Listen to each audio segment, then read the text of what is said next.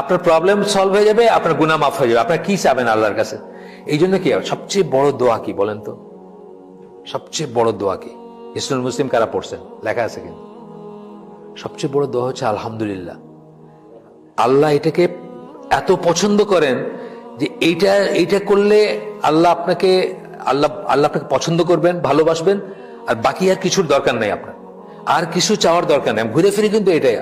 আপনি এই যে হজের মাঠে বসে কি পড়ে, লাহুল মুলকু ওয়া লাহুল হামদু ওয়া হুয়া আলা কুল্লি শাইইন কাদির, আল্লাহর প্রশংসা, তাই না? আলহামদুলিল্লাহ মানে কি? প্রশংসা, তাই না? লা ইলাহা ইল্লাল্লাহু ওয়াহদাহু লা শারীকা লাহু লাহুল মুলকু ওয়া লাহুল হামদু ওয়া হুয়া আলা কুল্লি শাইইন কাদির। একই কথা, আপনি একটু বাড়ায় করতেছেন। বেসিক্যালি জিনিসটা কি? প্রশংসা।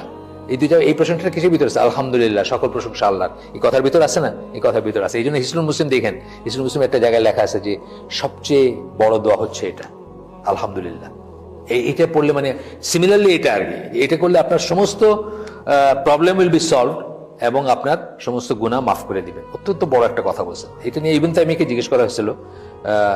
ইবনে তাইমিয়াকে জিজ্ঞেস করেছিলেন ইবনুল কাইয়িম। তো তখন উনি এক্সপ্লেনেশন দিয়েছিলেন, দিয়ে বলছিলেন, লাস্টে গিয়ে বলছেন, যেটা একটু আমরা পড়ি। So he told him that would solve his problem and forgive his sins, because whoever says salah upon the prophet, then Allah sends salah upon him 10 times. একবার সালাত কি করলে আল্লাহ 10 টাইমস তারি করেন। হ্যাঁ, আল্লাহর সালাম আমরা কি দিয়েছে? প্রেজ। কার কাছে প্রেজ করেন? ফেরেশতাদের কাছে বলেন যে আমার বান্দা এই করছে, তাই না ব্যাপারটা?